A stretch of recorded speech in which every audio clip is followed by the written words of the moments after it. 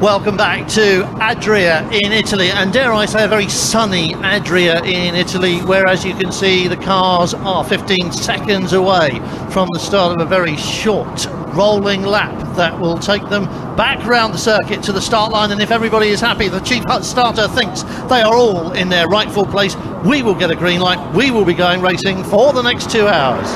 There's the green flag waving at the head of the field, offsets the Corvette pace car, and behind it you'll see all of the grid starting to funnel through, weaving to get some heat into the tyres. The track temperature's high, but the tyres have been sitting on the grid and they'll be cold. You need to get heat into the tyres to get some grip.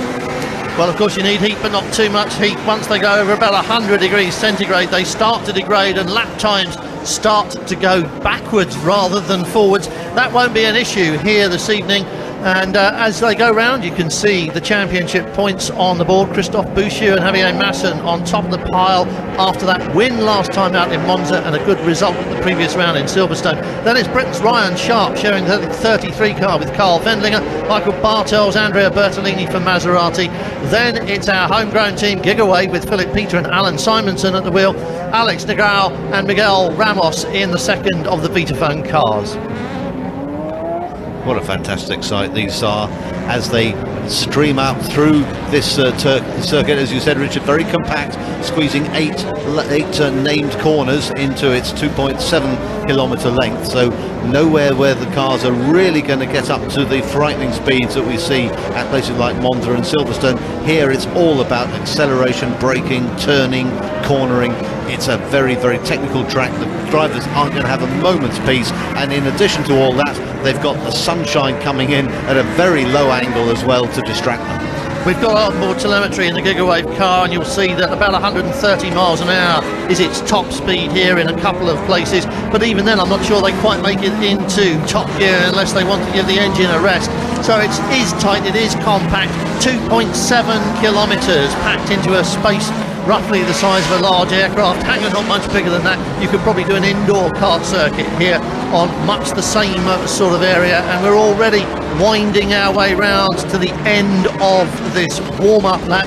The qualifying times, minutes 13, 12s, 11s. There goes the pace car off to the pit lane, and the race is now under the control of the poleman Marcel Fessler in the yellow Corvette on the right of the picture there, side by side with the Maserati. And if the chief starter is happy, the flag will wave and we'll be racing at Adria. It's a bit of a mixture there on the grid, but I think we've got to go.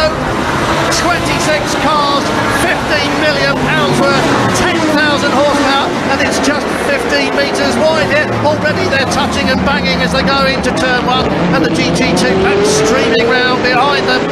A very busy and a fairly brutal start for some of the people in that pack, Graham.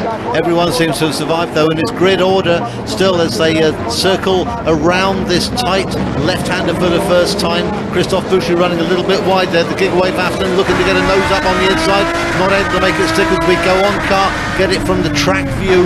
What a fantastic sight that is. Looking back at the Celine from on board with Philip Peter, a little bit of brake dust and tyre smoke there, and I think he may have just been snapped up by the Celine. No, he's held it together, and they're all shuffling around having a look, but I think, as you say, it's still grid order, no changes as they come past the camera. Such a busy track, you can see dust in the background over there. That will be a feature of this race. It's very dusty offline and just on the edges of the track, and it doesn't necessarily mean anything's gone wrong. No, the battle we were looking at there between Fabrizio Gollin and Carl Wendlinger, there is the Gigawave car, and right in the thick of everything straight away, the car behind the Celine, number 7, Greg Franchi at the wheel, looking to use the American muscle to get past the Aston Martin engine, but as we complete the first lap, Fessler's held on to it from Bertolini, Carl Wendlinger third, Fabrizio Gollin fourth, and then they all stream through as one. Bouchard, Philip Peter, Greg Franchi that we were looking at, and then it's Lopez in the only F3 575 in this championship, the only Ferrari running in GT1. All the rest of them are down in GT2, and looking back there I see Emmanuel Collard's doing rather well.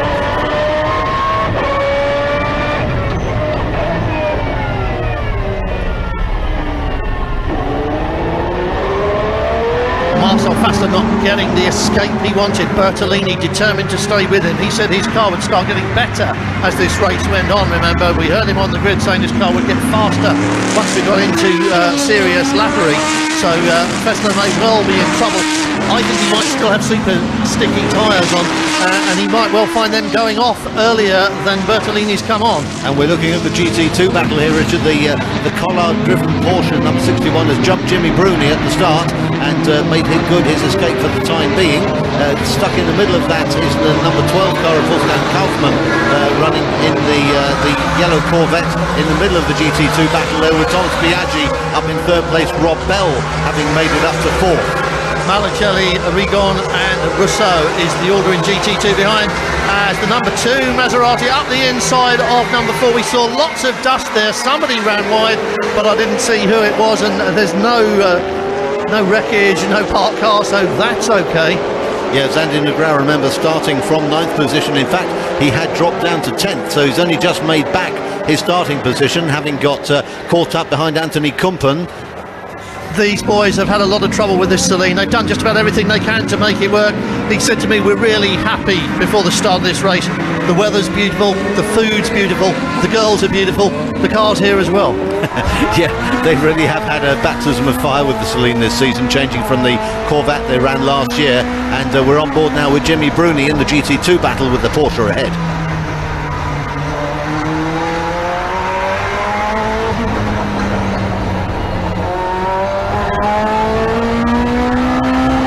Well, there's the first, second and third places in GT2. Collard doing a fine job. Jimmy Bruni, of course, on the crest of a wave.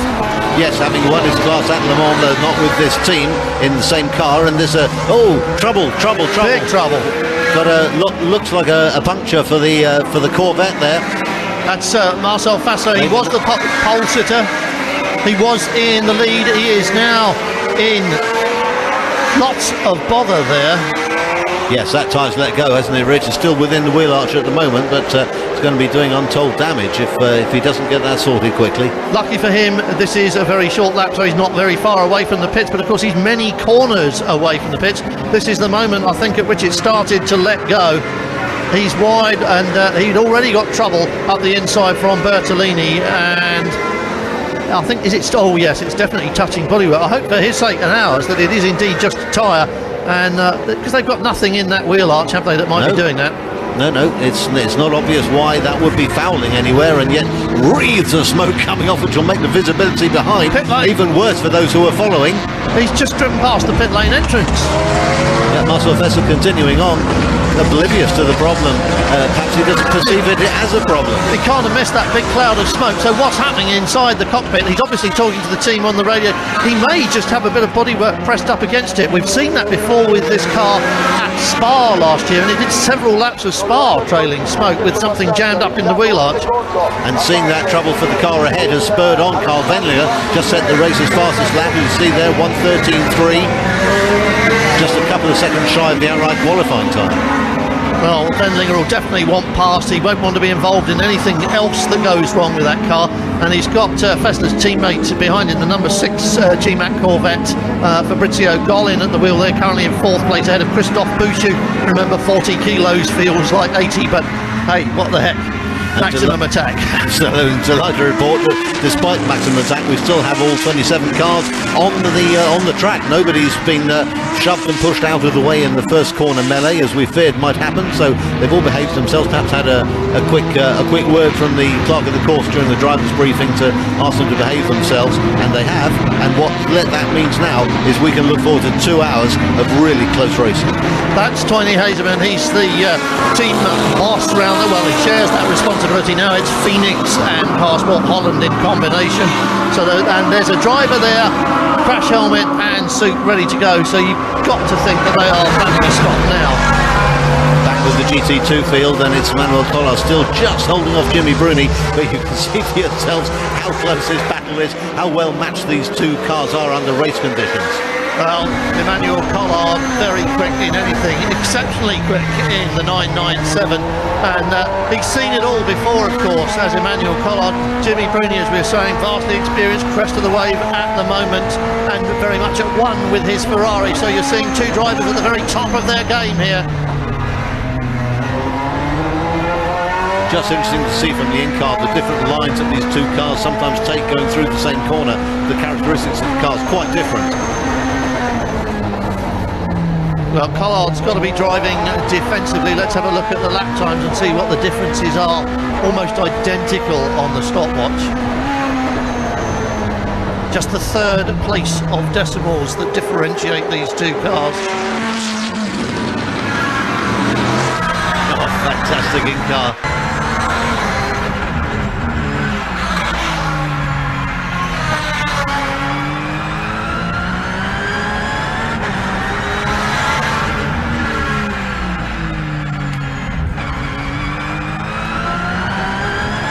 You can see from that in-car shot exactly what we're talking about. The setting sun is moving across the sky, and it's going to be a nuisance for some of the drivers some of the time. It's something they'll have to get used to. They dealt with it recently at Le Mans, so they should be up to speed on that. Everybody's tyres getting up to temperature now. We're looking at number 6 car. It's Fabrizio Golin at the wheel. He taking the start and just set the race's fastest lap as Mike Hazelmans sits back looking perfectly relaxed and happy that his teammates doing all the hard work at the moment. Mike will take the central stint of the 3. Yeah, well, Mike, of course, is waiting for the 6 car. It's Jean-Denis Delatraz who stood there with his crash helmet on, wondering what is going on with that number 5 car, still trailing smoke, but still showing up in second place. This is Christophe Bouchou in the SRT, the black and white number 3 Corvette. This is the car that gained a 40-kilo penalty for winning last time out, and Bouchou says feels like 80. He's currently in 5th place. And you can see the effect that ballast has had, Richard, already. He's starting to feel the pace of the front running 4. He says it's everything. It's accelerating, it's braking, it's turning. It's only a fraction of seconds on each lap, but at a circuit like this, there are many laps, so it's many fractions of seconds, and it all adds up. And Gigawave Aston, another one carrying success ballast from previous rounds. Point scoring outings as we're back to that GT2 battle again. It's not going to let up anytime soon, is it? Could be pit stops that decides this one. Well, 0.4 of a second between them last time they went over the line, and once again it's fractions of a second on the stopwatch that separate their respective lap times. So these two are really on it, and it's up to Bruni to make the running, isn't it? He's pressuring Emmanuel Collard, and Manu not a driver to be easily pressured. He won't be too worried about that. Absolutely not. Both of these cars are crewed by 2 top professional drivers, with Tony Bielander in with Jimmy Bruni and Richard Westbrook alongside Manu Collard when it comes to it. So when they come to swap over, and there is Jimmy Bruni's profile, the Le Mans GT2 winner this year. I like that bit that says favourite motorsport memory. Can't remember a thing, nothing. It's all a big blur. It goes past at 130 miles an hour when you're in the cockpit of the F430. So he's still in second place. The gap at the top between Bertolini and Fassler is 1.4 seconds. It's close in both classes. Again, that dust as Collard runs wide. Nothing to worry about.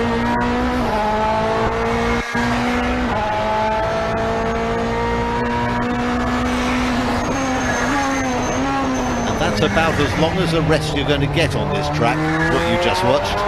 Yep, that's all there is. Back to the top then, and Bertolini leads Fassler by 1.4 seconds now. So Fassler hanging on. Carl Wendlinger cannot get any closer. It's 0.7 a second behind at the last time when they went past the start-finish line, with Fabrizio Golin another 1.3 seconds behind that. And you just catch glimpses of Golin in the background, but there he is on screen now. Oh dear. Early stop for the IPOS car, the Celine number 13, has had nothing but woes this weekend. Unfortunately, Jos Menton, it was to be Puccini who'd started the car, Jos Menton due to take it over, and their woes started very early on with yesterday a wheel bearing failure. They had to send the components back to Germany to be rebuilt and sent back down. As soon as they went out in the warm-up this morning to try the car, the clutch failed. Yep, they started from the pit lane, and it looks like they're back there for quite some time. I hope that's a scheduled stop, but I'm rather afraid it isn't. Bertolini, Fassler, Wendlinger, Golin, Bouchou is 5th. Philip Peter in the number 10, Gigawave Aston Martin is 6th. Then it's Greg Frankie in the first of the Celines on the circuit. Then our only Ferrari in GT1, and Anthony Kumpen has dropped right back to 9th place in that number 4 Celine, but he's still in front of Danny Negrão in the number 2 Maserati. And any time now, Richard, we're going to start coming up to the point where the leading GT1 runners, and there they are on screen, are going to start to encounter the slower of the GT2 runners. And lappery will be key, and successful lappery absolutely central to getting this race won. Well, we're 9 laps into it. We worked it out on the stopwatch that it would take Andrea Bertolini another 3 laps to get up on the back end of the slowest of the GT2 cars.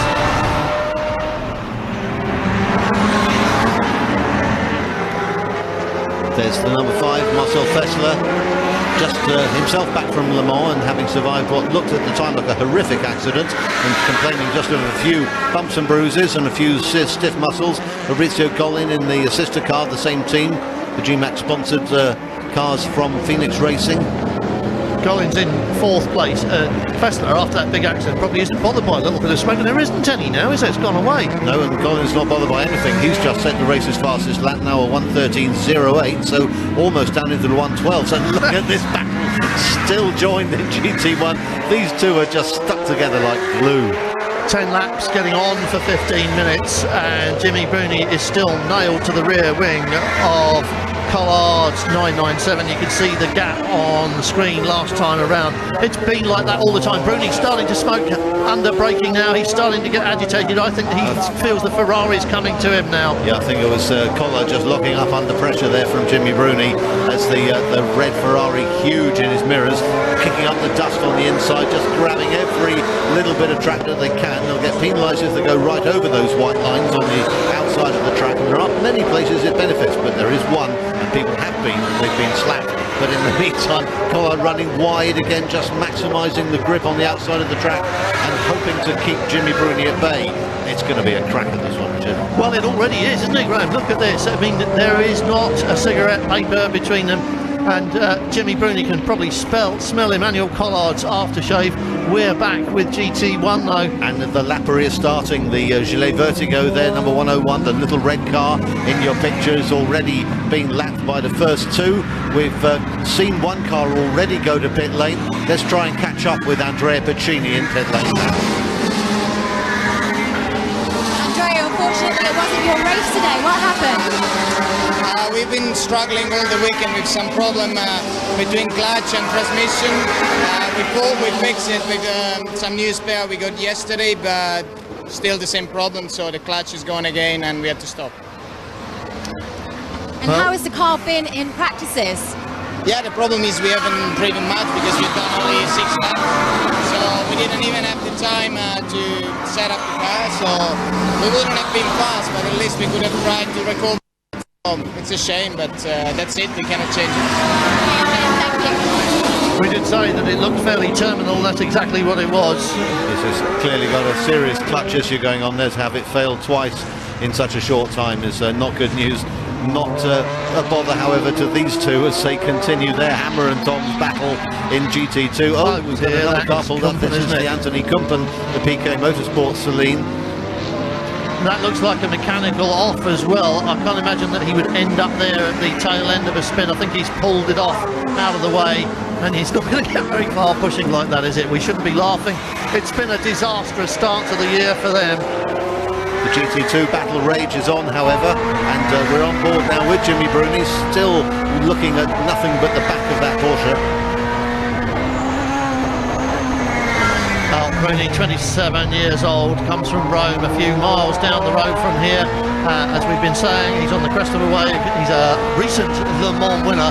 He's full of confidence, but there's not much he can do about this obstinate Frenchman in front of him. Emmanuel Collard continues to lead GT2 from Bruni, and in 3rd place is the ever cheerful Thomas Biaggi. Up at the front of the field, don't forget, Bertolini leads Marcel Fessler by a narrow margin, and then in 3rd place is the Jet Alliance Aston Martin of Carl Fendlinger.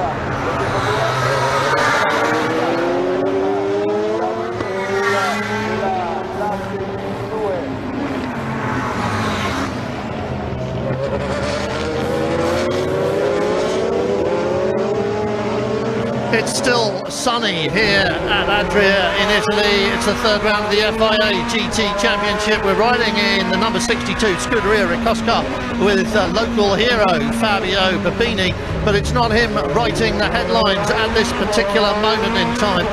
Andrea Bertolini still leads this race, but the number 2 Maserati has been in the thick of it, and I think the emphasis might be on thick after contact with the number 4 car. We saw Anthony Kumpen by the side of the track, then the number 2 Maserati went into the pits.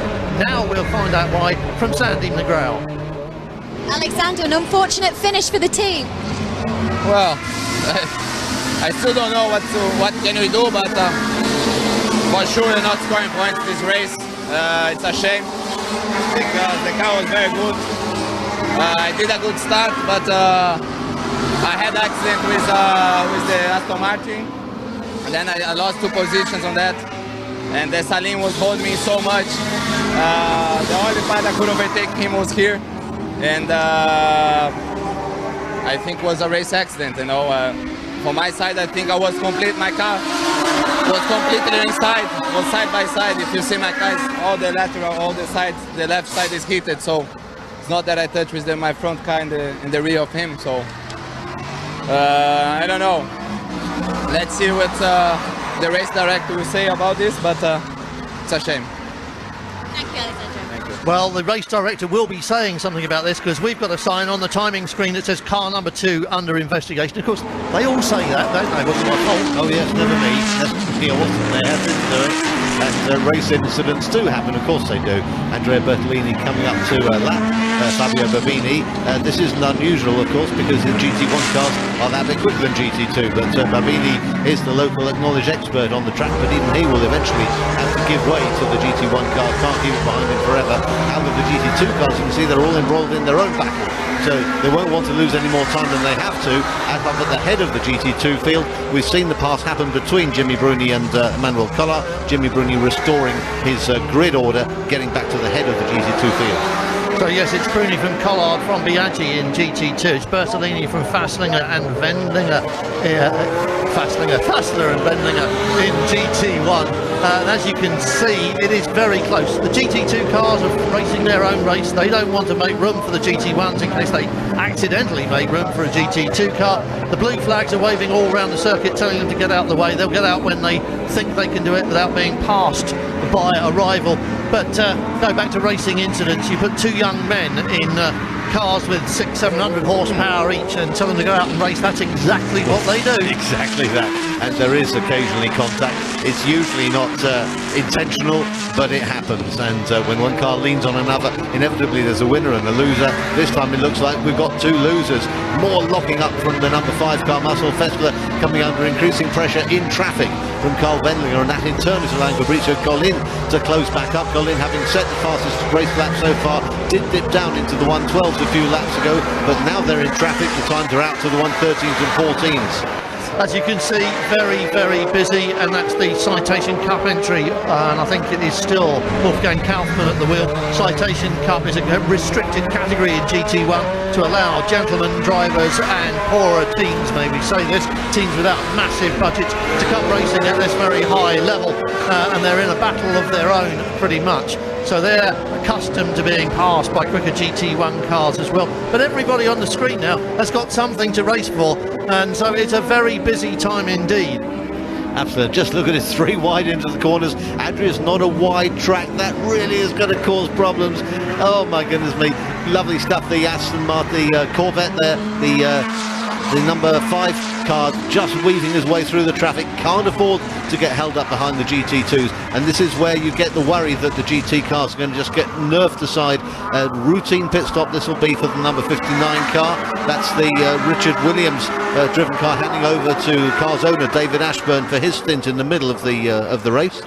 Well, we're not quite half an hour into it. It's an early pit stop, so you know that I think this is going to be a short stint, and they'll try and get one of their regulation pit stops out of the way as quickly as they can. They have to do it again. Everybody has to stop twice, and it's a question of where you choose to make your stop. And I see that he's not the only one in. There's several flashes of yellow in pit lane, so there's a couple of cars already in there as well.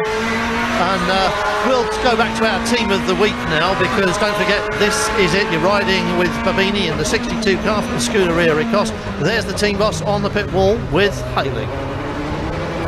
It's been a bad race for the Mascherati. How do you think Ferrari's going to deal with it out there? We're looking good at the moment. We're struggling to get past Tim Mullen, so we're on a bit of a sky sandwich at the moment, so hopefully we can get by and Fabio can open up a bit of a lead. At the moment the problem is the back markers are passing, the GT1s are coming through, so it's affecting everybody, so this is a very serious, dangerous time. Hopefully this will be over in a minute or two and we'll be able to get on with our race. Stuart Roden now always seems to find his racing entertaining, but he takes it very seriously. That's a team that's always been looking for strategic advantage. They always think about their racing and do it with a great deal of application, but as he said, tricky time for everyone. Yeah, absolutely. Fabio Babini locking horns at the moment with Tim Mullen in the number 55 CR Scuderia car, and Davide Rigon we've seen come into the pits, a local driver based in Venice. This the top 3, the Porsche sandwich now between the 2 AF Corsa Ferraris, which was the grid order. We're back on board with Babini, still chasing after Tim Mullen. Well, Fabio Babini is a bit down the order. There he is, as Stuart said, in the sky sandwich. But we've got some signs up on our information board here that says Alexander McGraw go to the race director, and car 51, which is the 3rd place AF Corsa Ferrari, has crossed the white line at the exit to turn 1. They penalise people for that, and this is a routine pit stop, I believe, for the number 7. That was Greg Franchi handing over to Vincent Voss, coming out of 6th place when they stopped. Vincent Voss, of course, has been around the park a few times, hasn't he? Oh yes, indeed. The Belgian driver has had a great deal of success in GT racing, both in GT1 and in GT2. First season, as far as I know, for him, though, in a Saleen. Just kicking up the dust again, and look at the line taken there by Babini, quite different from the cars ahead. Running out that little bit wider to slingshot through as they come across the line to start yet another lap. 23 already completed by the leader, Andrea Bertolini. Just going through there is the black and white Corvette, the number 3 car with Christophe Bouchou at the wheel, picking his way through the GT2s. He's currently in 5th place. It's Bertolini, Fessler, Wendlinger, Collin and Bouchou, 1 to 5. And the gaps are still very small, 4 seconds between 1st and 2nd, but then it's 0.4, 0.5. Then you get the big one. Bouchou's quite a long way back.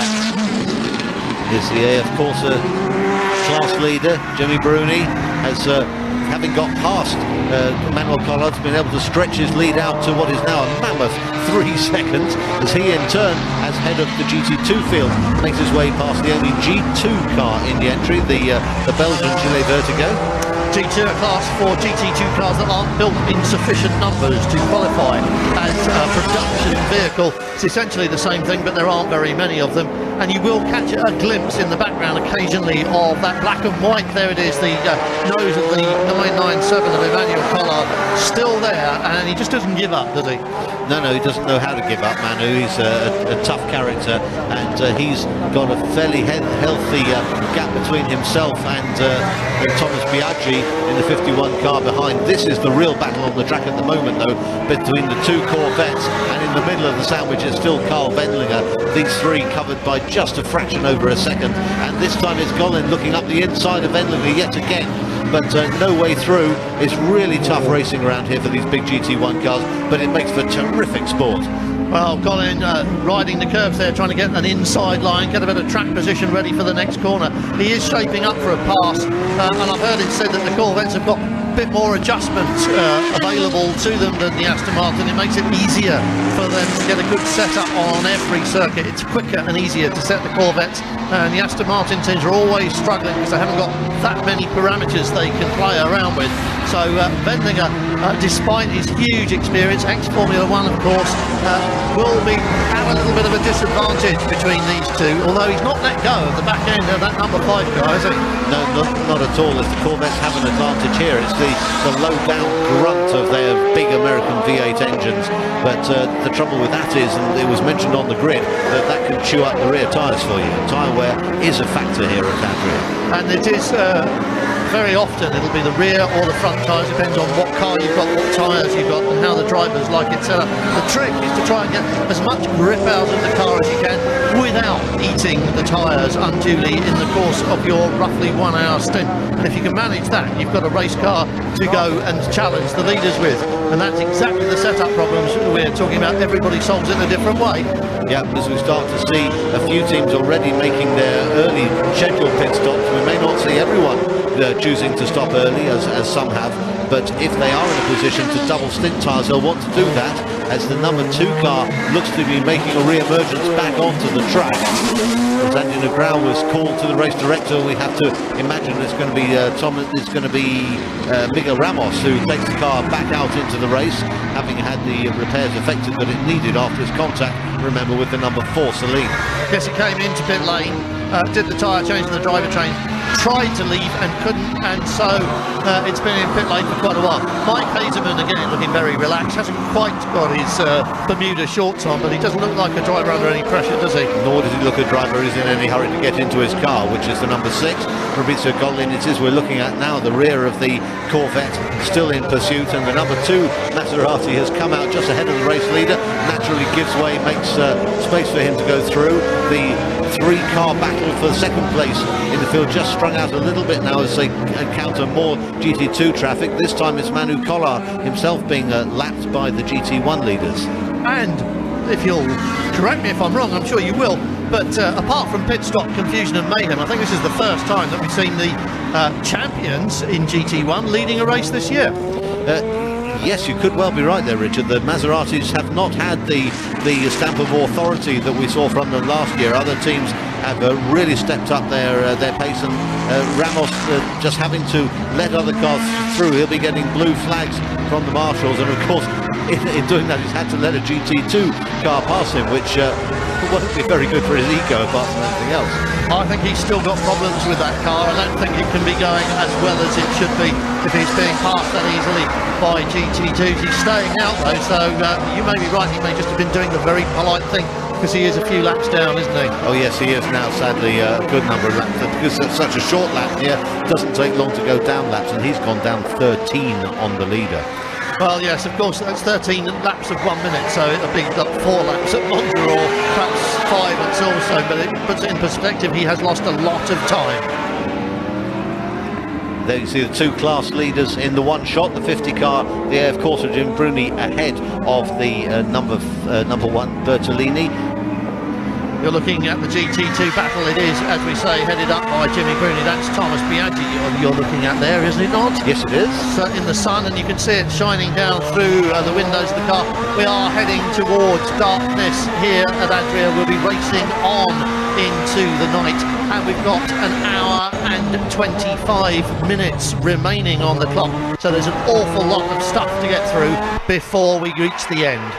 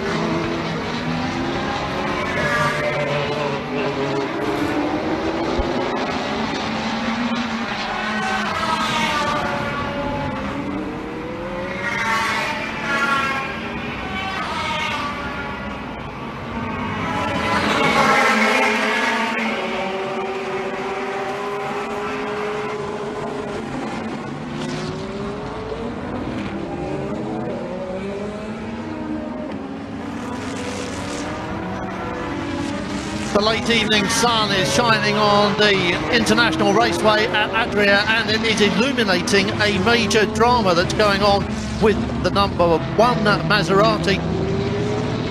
This is what's just happened. Andrea Bertolini was being pressured by Marcel Fasser and just gave up without a fight and relinquished the lead. Look at that, there was a very clean pass, but he didn't put up any resistance, and he's now being pushed very hard by the number 33 Race Alliance Aston Martin, as you can see, and we have got a pit lane full of drivers waiting to get into their cars. So everything is about to happen here at Adria.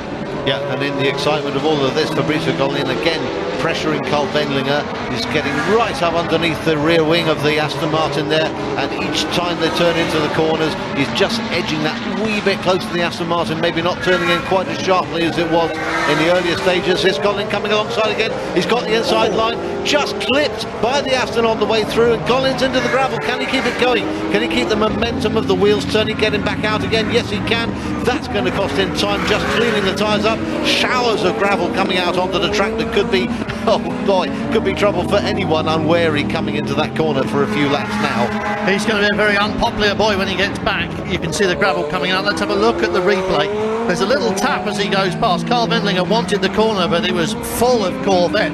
But Fabrizio Gollin had overdone it. He outbraked himself into the gravel trap. Yeah, it doesn't look as though he's going to make the turn, even without any suggestion of the contact from the Aston. But Gollin just seeing the opportunity, and the track being what it is here at Adria, anything that you think is a chance, you've got to convert into a pass, and he couldn't make it happen and stay on course.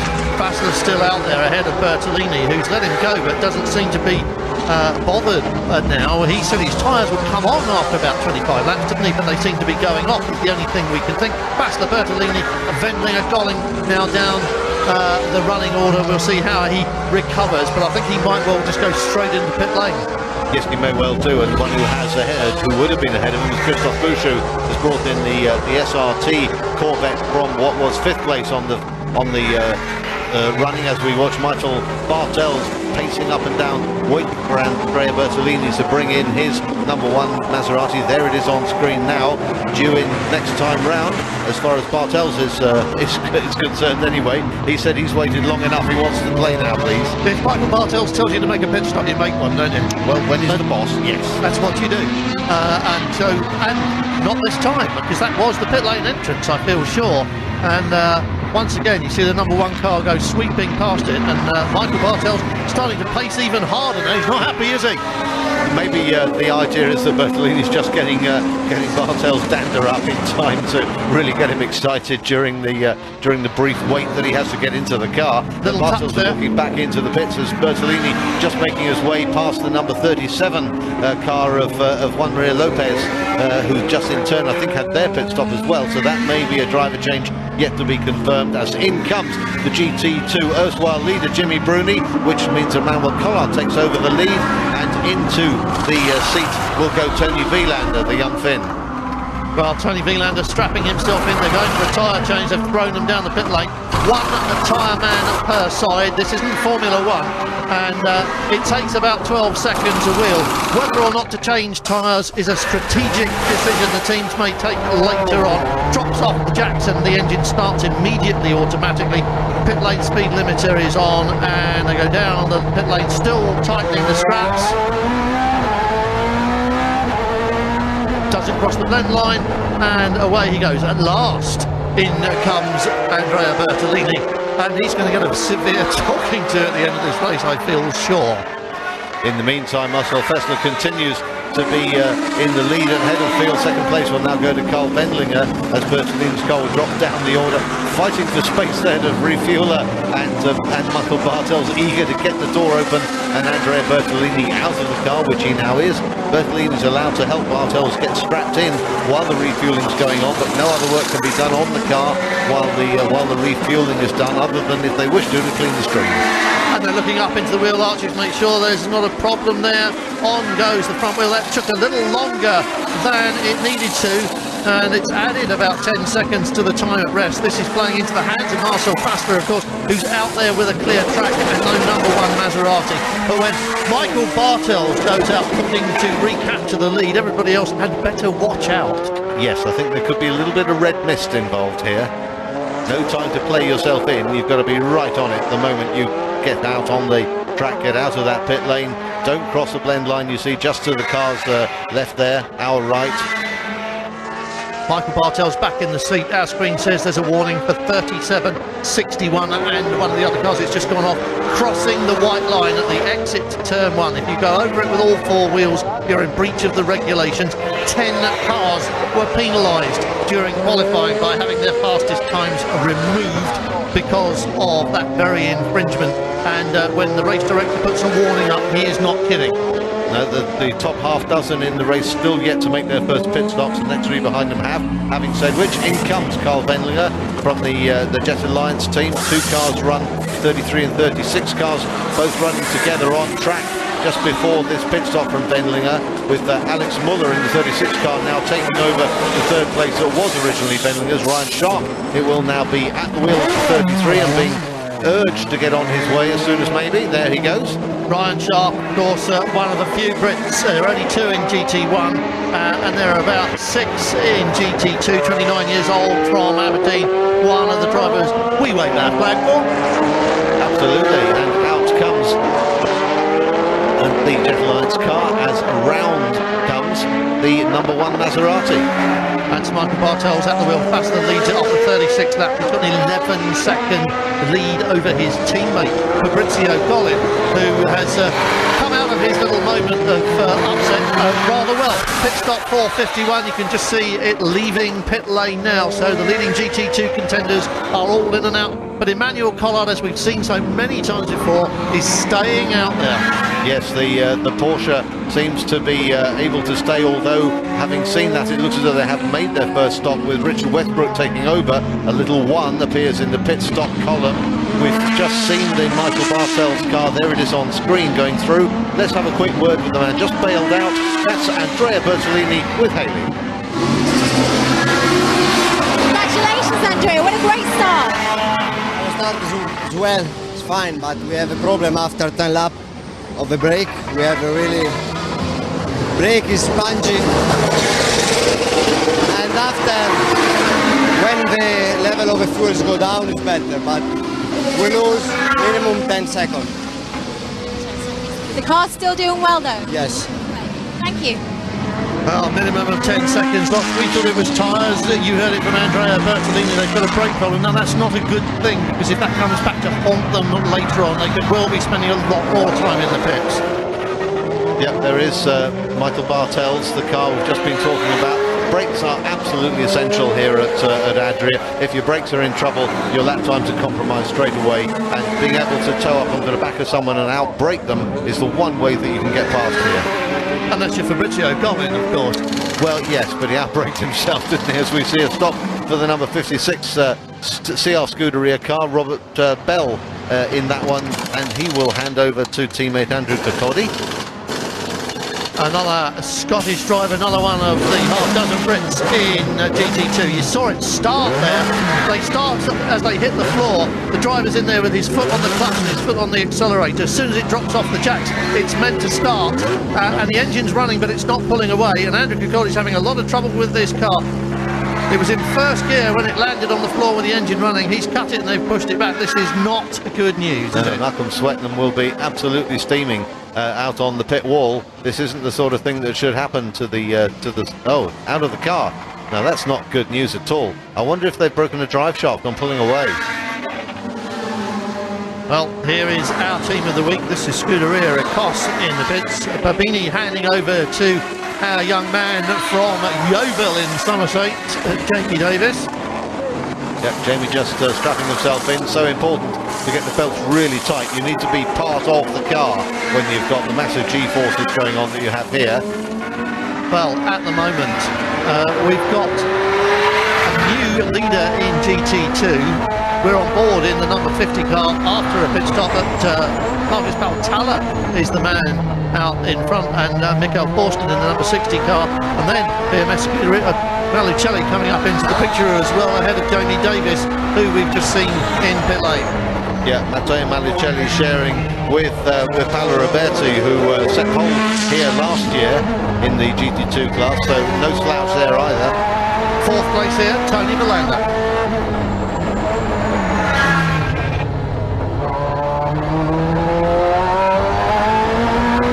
Oh dear, that's the 33 car, that's Ryan Sharp, and he's parked it, as you can see, it looks like just past the entrance to pit lane, that's almost on the start-finish straight, and we do have an issue there for him, and that is, what a shame. They've been doing so well, they won at Silverstone, and that's the end of the story for them. This will be one of those when we get a word with Carl Bentley and say it was perfectly all right when I handed it over. Yeah, nothing wrong with him, I gave it to him.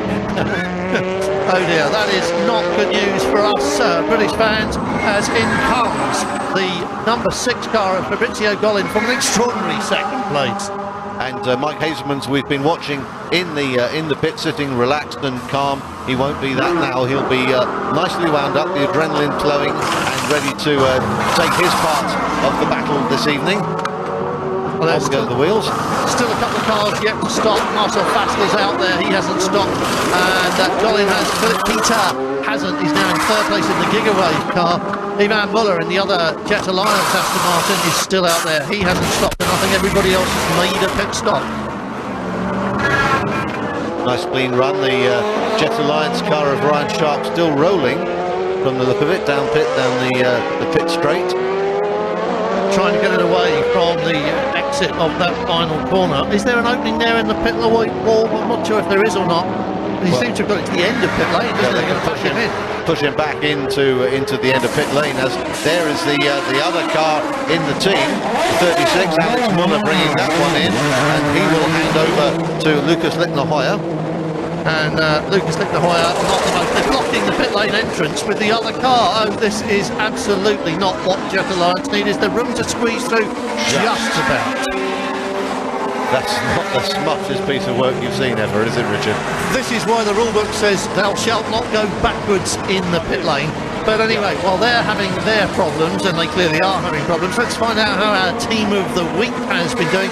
That's Scuderia Ricos, and Haley's got Fabio Babini in pit lane. Fabio, are you happy with your start? No, I'm not happy because in the first chrono I overtake 2 cars, and Tim Mullen pushed me to outside, danger. The front left toy maybe was not problem. It's big problem with the setup of the car, but lap by lap was better and better, but another car was too faster in the wide straight, in the straight. I don't know why my car exit, but I not have the same speed to another car. Was I don't know, but it's difficult to overtake the car before the corner. So confidence in the car for the remainder of the race? Yeah, it depends now, because was not big problem with the GT1 car come in and lose more time. One car spin in front of me, I break into mud. I don't know the position, but I confident the race was again 1 hour 10 minutes. Thank you, Fabio. Question mark there over the 62 car, but here we go for the race leader making a regular pit stop. This is routine stuff, Graham.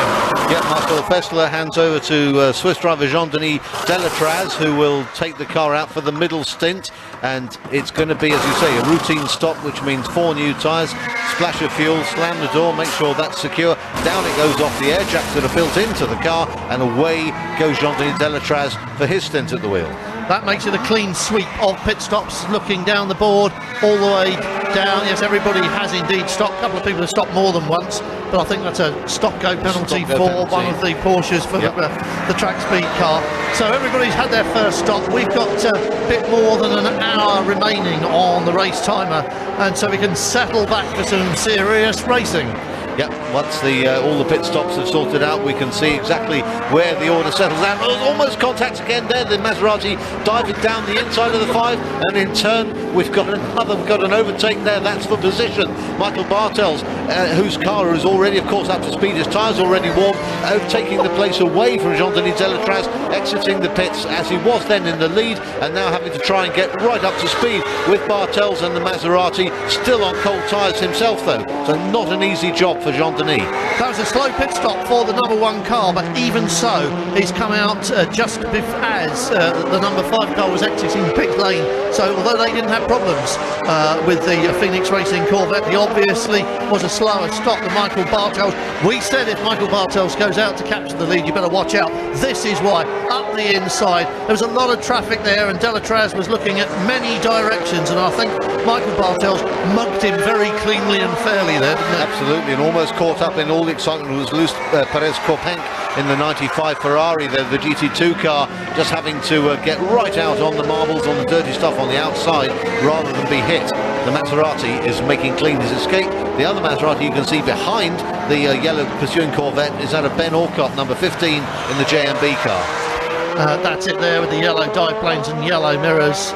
The third Maserati on track, and the back end of that car looking a little bit loose there, but then they all do look a little bit loose. Oversteer for the GT1s is a par for the course when Adria is the course. Yeah, Alain Ferté starting that car. They've already had their first stop. There's a Ben Alcott, the lanky Englishman, a good 6-footer, has got aboard. How he coils himself into that seat, I'm never entirely sure, Richard. No, Alain Ferté's not a tall driver. He shares with a French driver who's not above 5.5 feet, really, is he? No, and Alain Ferté shares the driving duties with Ben Alcott this weekend. Otherwise, it's Stefan Doudi. The two French drivers take it in turns pretty much to take the drive. We're back in to the pits for number 2 again. This is not a scheduled stop. Clearly a further problem. They're saying start, but I don't think, yes he can. What's that in front of the car? Grass, yes. He's done a little agricultural work on the way through there as number 2. And there's still a long way down Miguel Ramos. Of course, they were 13 laps adrift all this time. That's probably cost him another one. This car really has been in the wars. The blue flag waving as he comes out of pit lane. Watch out for faster cars. That exit is right on the racing line and the entry into turn 1. And we've got 4 minutes left of this first hour of racing, and the midsummer sun, it is the summer solstice, very much so here at Adria in Italy, is setting over the rooftops away to our right, and twilight is falling around the circuit. This is the most difficult time of the day for the drivers. As far as the number 2 cars had problems, the number 1 Maserati has had a flawless race so far. Michael Bartels doing the duty at the moment. What a sight that is. Well, this is what we really like about this circuit and this race. It's the only one, apart from the Spa 24 hours, that goes on all night, which takes us into darkness. Lovely work from our cameraman getting the mood of the evening here. There's something very special about racing these cars into the darkness. Speaking about mood, what about Michael Bartels' mood? He was pacing, striding up and down the pit lane. He's in the car now and he's taking out all his frustrations on the racetrack. He's 45 laps into it. He's 1.7 seconds ahead of Jean-Denis Delatraz, who's third. Hazeman in the number 6 GMAC Corvette is third, I beg your pardon. Delatraz second is 5 seconds further back. It's still very close at the top, Graham. Yeah, and a Celine in 4th place, a Vincent Voss driven number 7 Labra competition. Celine really holding up well. They didn't show that strongly in practice and qualifying, but in race trim they seem to have something going for them, and it's Xavier Marson behind them in 5th.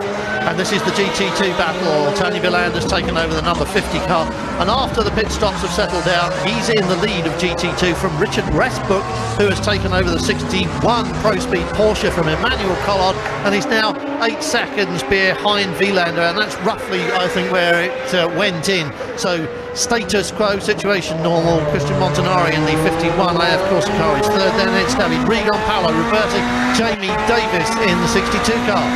Yeah, Christian Montanari, they're looking to put a lap on Fabrizio Del Monte in the 57 car, and there's a fabulous in-car picture of the sunset on the screen of the Ferrari there.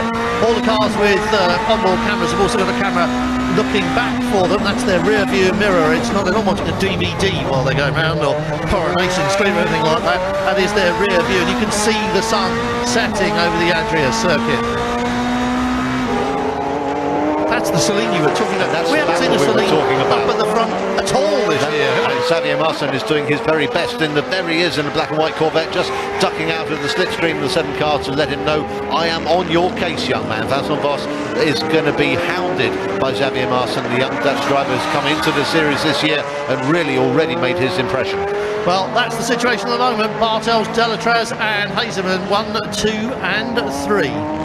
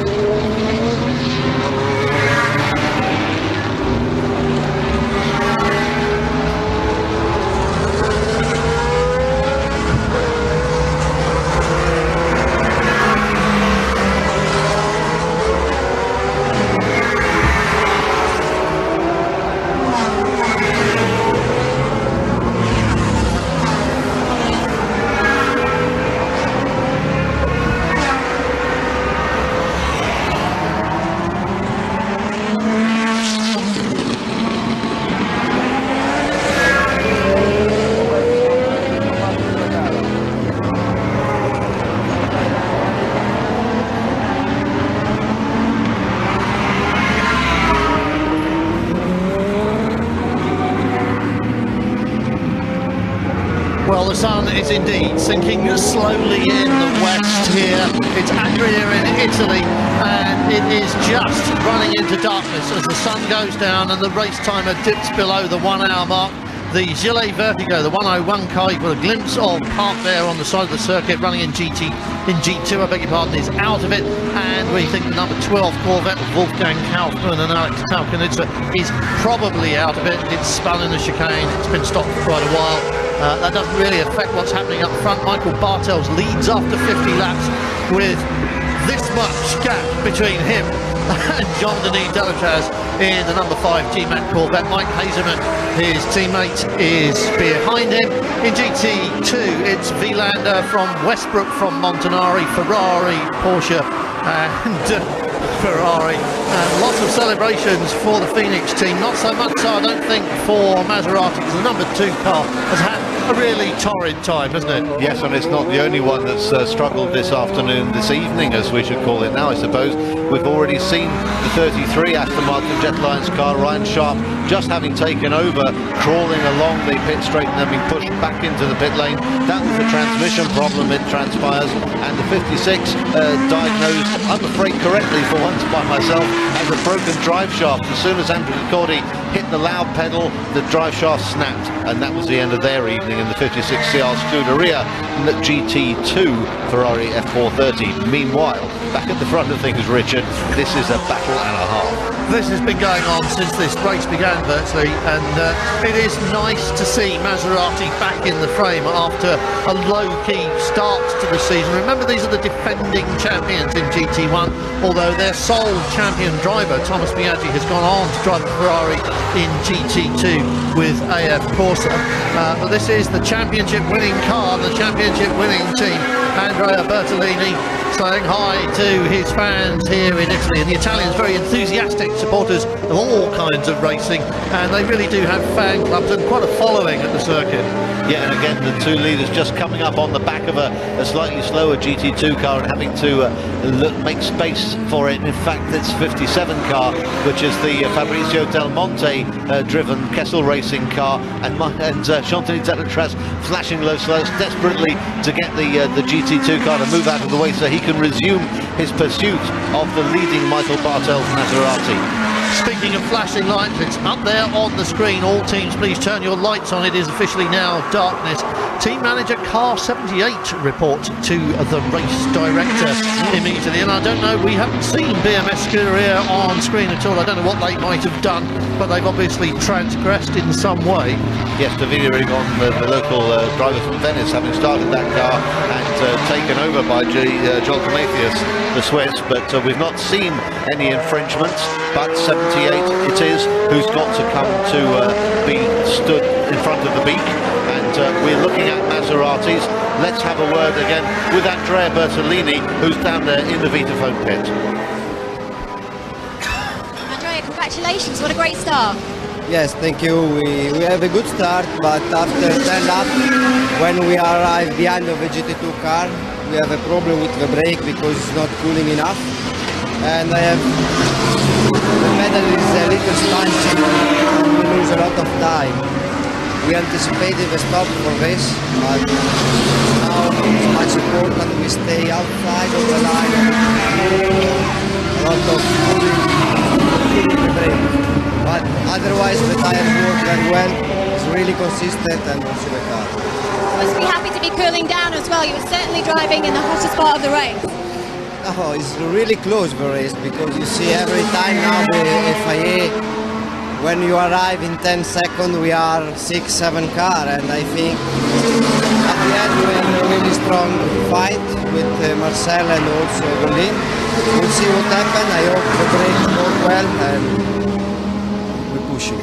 Thank you, Andrea. Yes, we're pushing all right. The gap is 0.777 of a second. And the word, of course, is that Andrea Bertolini may be resting now. He's going to have to go out and do it all over again when Michael Bartel's stint comes to an end. And when it does come to an end, he is going to be like a wrung-out dishcloth, because he's absorbing a lot of pressure from the Corvette behind. Jean-Denis Delatraz again closing down the gap under braking and looking to make good and pass if he can to hand his car back over in the lead.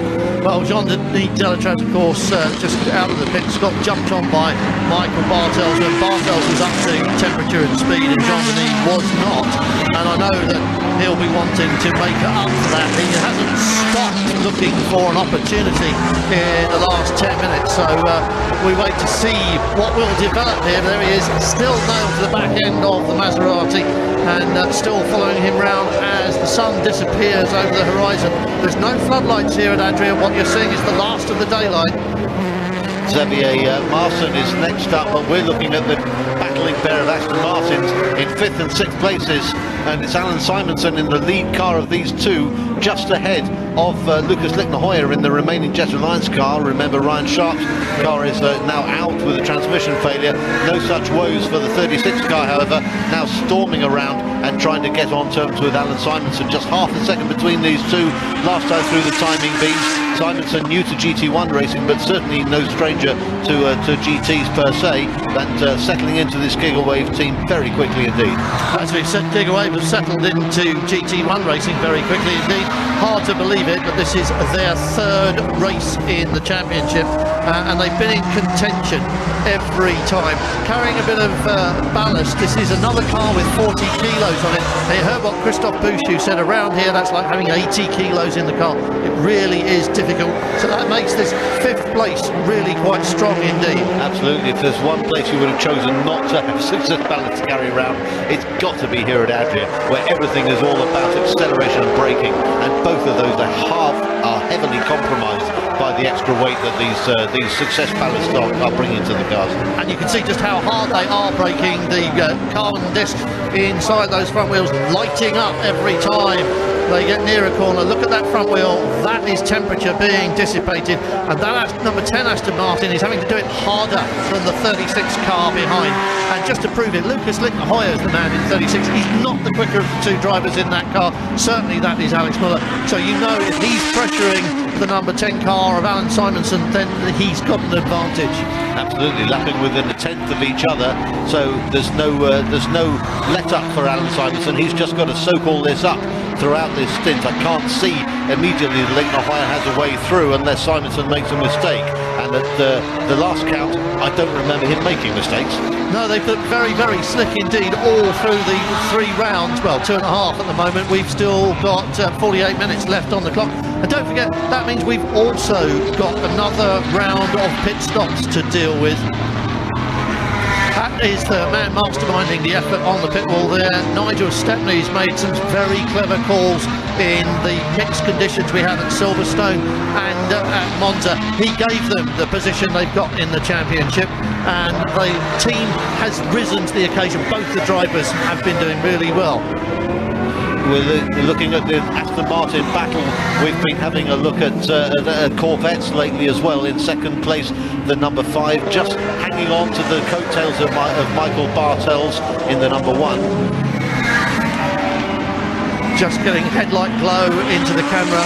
It's hard to pick them out. Which car is that coming towards you? Well, the answer is that's number 5, stuck behind the Porsche there. So Michael Bartels has got a bit of a cushion.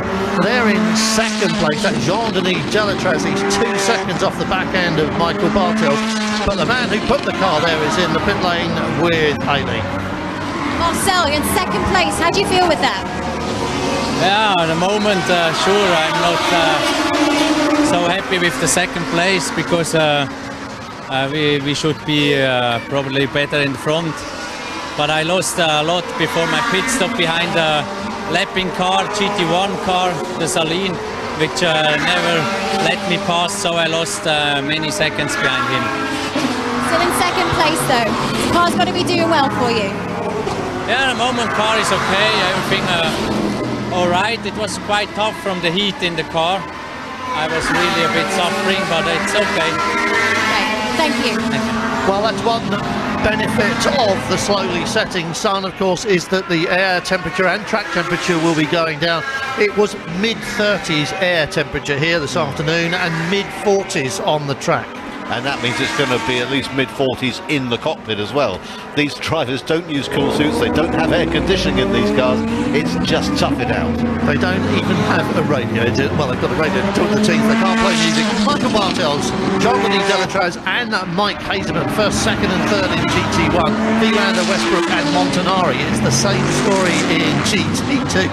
They have been playing that tune for an hour and 15 minutes. Yeah, and Richard Westbrook, having taken over from Mando, has managed to keep the pressure on the number 50 AF Corsa cars. Look at the heat building up in those discs and pads. They can absolute pounding here, and the extra 40 kilos are just making those discs work so much harder. Well, the good thing is, of course, that they're almost always on them. The brakes work at sort of 400 degrees, and as long as they don't get too cool like they did at Monza and then heat up again, as long as they stay at a reasonably constant temperature, they wear better. It's when they get a chance to cool off on a long straight and then heat up again that the cycle does the damage and wears out your brakes. But let's not forget, there's a braking issue for Maserati as well. Yes, the Bartels car we heard already in a bit of braking bother as the two scrapping Aston Martins come up on the back of another GT2 car.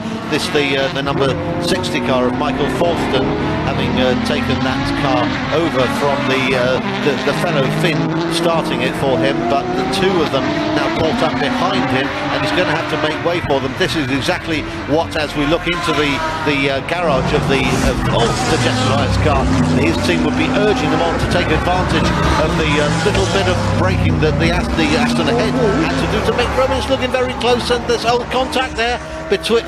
Big contact. Is that going to be a catch or a lose? It's a catch. No, it's not. Christian Yarkos just not quite hanging on to the tail-happy number 55 car. His team, the CR Scuderia, really in the wars. I thought there was a pass in the making here between these two, but we got away with it when we cut back to that, so they're still nose to tail.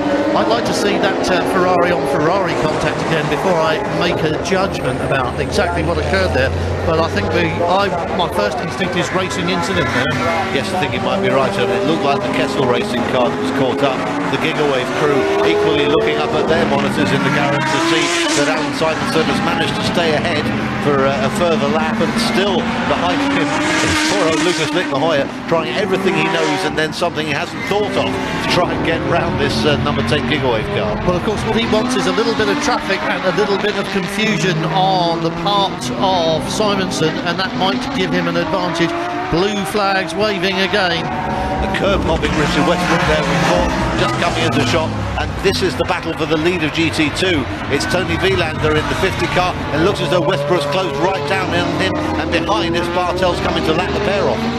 Well, this is interesting, the GT2 battle and the GT1 leader. Bartels wants past because Delatraz is 1.7 seconds behind him. The blue flags are waving, telling the GT2 boys to get out of the way. But they are not going to move, are they? They've got a race of their own. They're going to do nothing that might spoil that for them. Bartels up the inside. This is exactly what Richard Westbrook will be wary of, having that car get between them for a corner or two, and allowing, of course, a Ferrari to make a break. Bartels has done exactly that. Just threads the needle between the two of them, but now he's caught behind of course, for our car for at least this one long corner, and it'll only be when he can stamp on the power again that he can squeeze his way past, and the battle between the Ferrari and the pursuing Porsche can resume. And in the mix of all of that, of course, comes a number 5 car as well. We've got the Corvette now wanting to make his way through past the GT2 leading battle so he can get back on terms with Michael Bartels. This is what sports car racing is all about, Richard. Absolutely, this is GT2 and GT1 battle on screen right in front of you, and the two GT2 cars are going to let that number 5 of Delatraz through as soon as they can, but as we say, not if it disadvantages either of them, so they'll choose their moment. And we've got Westbrook looking for an opportunity to get past. It's Bartels, Delatraz and Haseman in GT1, and it is Vilander, Westbrook we're riding with, and Montanari in GT2.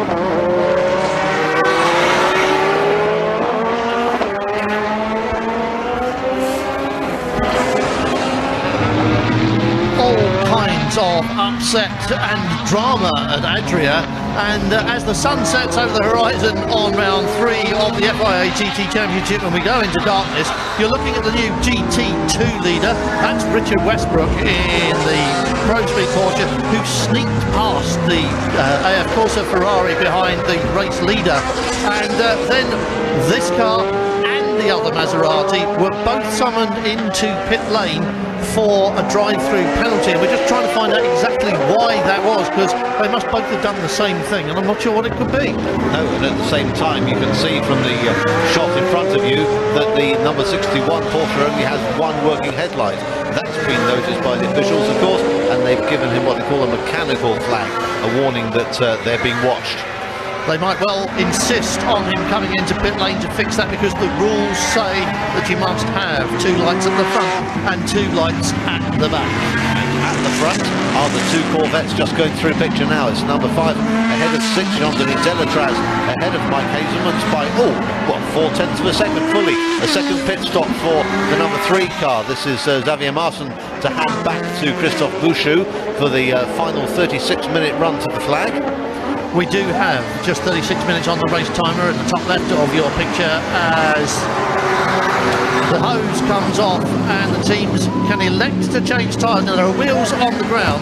What are they going to do? Nobody's there with a wheel gun. I think that was 10-12 seconds save, and they're going out on the old tyres. Those are the 2 Corvettes in the lead, first and second. Yeah, conventional wisdom would have it that you do your double stint at the beginning of the race on a harder combative tyre. Then as the weather cools, as the temperature drops and the track temperature drops with it, then you go onto a softer tyre for the final bit. But they seem to have done this quite the other way round. In comes the Porsche, the number 61 we're talking about. This is for a routine stop, however, no attention to that headlight. They're not allowed to do anything with it at the moment while they're refueling, other than what they are, which is to change the yes, we can see screen. They're working on the headlight now. This is what was being shown to us by the officials, timing and scoring people, to alert us to the fact that they were aware of it. They're taping over one of the connections to try and get the headlight to resume working. It's not doing so at the moment, however. There it is. They've got it going. Strap it up in place and put the cover back on. That's cost them time, though, and time in GT2 is worth money, and it's not going to be easy for them to regain the amount of time they've lost here in pit lane, Richard. 20 seconds on the stopwatch while they fiddle about with the headlight, never mind the rest of it. Montanari was only 13 seconds behind last time he went round. They went round together in front of the start-finish line, so they are now second by at least 7 seconds, although Montanari has yet to make another pit stop. Of course, anything could happen in that. Well, as have the 2 Ferraris behind him, who will inherit first, second and third class places, the third going to our featured team of the week. Scuderia Ecosse. Jamie Davis will be in third position in class next time he crosses the line. Meanwhile, 51 is making up time by passing a Porsche, the number 59 Porsche. Here is the pit stop imminent for another one of the Ferrari teams. This is the car we're looking at on screen now, the number 51 GT2 leader Christian Montanari, currently in the car to hand over to Thomas Biaggi again. Well, that was too tall for Thomas Biaggi, so I'm guessing that was Fabio Babini's rear end we were looking at in pit lane. There is the 62 car, and that'll be Babini getting in and Jamie Davis strapping him in. He's the only one, apart from the windscreen washer, allowed to touch that car while the fuel hose is connected. No tyres in pit lane for this car, so they saved the time as well. And listen to the power of that engine, sending our pit lane camera crazy with electromagnetic radiation as it pulls out. Here's still again circulating your GT2 leader Christian Montanari on his way round. He's 3 laps adrift of the race leader, but that won't worry him. But what's important to him is that he's some 12 seconds ahead of Paolo Roberti in the BMS Scuderia car number 77, who's making chase. Hazelman, Delatraz, Bartels, and that's the top three in GT1. As Graham said, it's Montanari ahead of Ruberti, and this Porsche has dropped right down the leaderboard after pit lane problems. Let's have a chat with Richard Westbrook.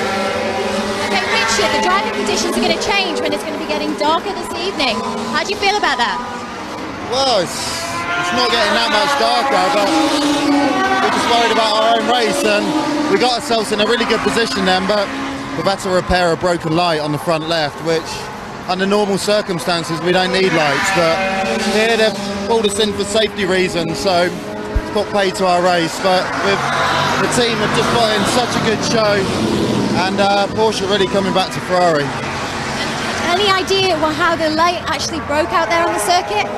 No idea. I've never made contact with anyone. Really don't know. It could have been debris. Who knows? But you know, it's probably a 50p piece, so it's killed our race. Thank you, Richard. Richard Westbrook, of course, a well-known Porsche driver back in the UK, came to this championship this year, not afraid of a bit of contact. Oh, not at all, but I suspect it's more likely contact with the curbs that's caused the problem than contact with any other vehicle. Watching the way they put that back in, it does seem to be a push fit, doesn't it? It just popped out, so they've gaffer taped it on. Racers tape, 200 miles an hour tape, it'll fix anything, but it did, as you saw, take that 20 seconds. And where is that car now? It's 1, 2, 3, 4, 5, 6 places down on the GT2 leaderboard. Yep, and having to try and chase down the newly Babini Scuderia Ricos car number 62. That's his first target. Well, let's see who's made the stop, and it's the race leader in 51 still has to make his second pit stop. So does Michael Forsten, so he will pick up a couple of places from people who owe us pit stops. So it's not all bad news, but as Richard Westbrook said, I think their race is shot now. Yeah, Paolo Roberti in the pits now. Here is Babini aboard the Scuderia Ricos car for his second and final stint. Just half an hour to run in this race, Richard, as the light does start to diminish out there. The headlights become more important, and looking to make a pass on and put another lap on them is Christophe Bouchou back aboard the car. We'll see him come down past on the start-finish straight and down into turn 1. As you can see, it is dark here in Adria now. There's the top three in GT2. Montanari, Ruberti and Bruni. And let's have another look through the windscreen of that 62 car and see if we can actually see anything. No, is the answer. Not a lot. And 62 is being flagged because it's not showing light, but I can see it showing lights at the front, so it must be at the back. No, they look lit to me. Yes, that's an odd one, Richard. Christophe Bouchou, the car we saw going past him, has managed to split the two Aston Martins we saw battling earlier. Alan Simonson in the 10th car still out there, but Alex Muller having taken over the 36 car, so the Jet Alliance, a blue Jet Alliance car that was hounding the back of Alan Simonson's Gigawave car, has now made its second stop while we continue to watch the progress of the number 62 Scuderia Ricos car. And if anyone knows who we're around here, as we said before, it's Fabio Babini, light or dark. It probably doesn't matter to him. Yes, if anyone can drive around here in the dark, he'll be the boy. Delatraz, Hazeman, Bartel, 72 laps gone, 29 minutes remaining. We're under half an hour, and we have got, let's have a look at the timer as Mike Hazeman goes past the start-finish line, and we'll see exactly what the gap is between him and his teammate Jean-Denis Delatraz. You're watching the GT2 car at the moment. I'm still watching the timing screen. 45 seconds between first and second place. Michael Bartel's just 2.6 seconds behind after having to make a stop-go penalty, and we still don't know why. No, Hazeman's shown as still being in the car, but that number 6 Phoenix car has made its second stop, so my guess is that Fabrizio Golin is back on board again. If it was the second routine stop, that would be the way of the world, and that's why he's dropped back the way he has from the number 5 car of Jean-Denis Delatraz, the leader out there on the track, but yet to make their second routine stop. And speaking of routine pit stops, in comes that number 5 GMAC Corvette, and that's Marcel Fassler waiting to fall out on the ground. out, but this time he got out quite neatly, didn't he? Yes, he did well there. There's usually quite an well, it's not a subtle affair, is it? It's getting out of one brutal, of these isn't it? things. They've just got to get out in a hurry. In some forms of racing, they actually drag you out by the armpits. But here, you're allowed to just fall on the top. It's taking a long time, Graham. Look, the fuel hose is off. The crew are waving him on. Get out of there, and they were struggling with the belts. That took an awful long time for the drivers to change, and that's very unusual. That's normally the fastest thing that happens. Yes, that shouldn't be the slowest element of any pit stop, but with only 27.5 minutes remaining, they don't need a huge amount of fuel. Just coming out of the pits behind the number 1 Maserati there, Bartels having handed over again, do we believe?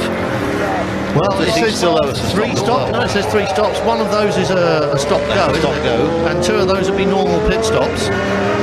But that should mean that Andrea Bertolini would be back in the car, and if the transponder clicks across the start-finish line next time they go past, that'll be what's happened. But at the moment, I'm not entirely convinced about that. I'm trying to remember if there's another extra pit stop for the number 1 car.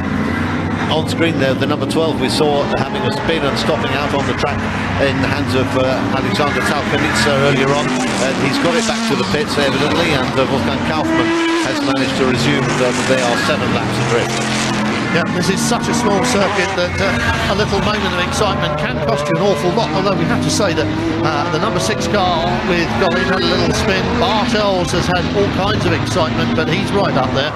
And Jean-Denis Delatroche looks like he's done enough for the day, doesn't he? Yes, it's hot work in there, although the air temperature is dropping. The temperature inside the car is still very high as we look at another routine stop. This is for Michael Forsten, the number 60 car, the Pro Speed competition car, handing back to Marcus Pautala, both the Finns sharing this car, which is the sister to the Richard Westbrook and Emmanuel Collard Porsche, which is making its way as quickly as it can back up through the class order, but still down in 6th place as we speak. Mike Hazemans, Michael Bartels and Marcel Fassler in GT1, and in GT2 it's Montanari, Bruni and Ruberti.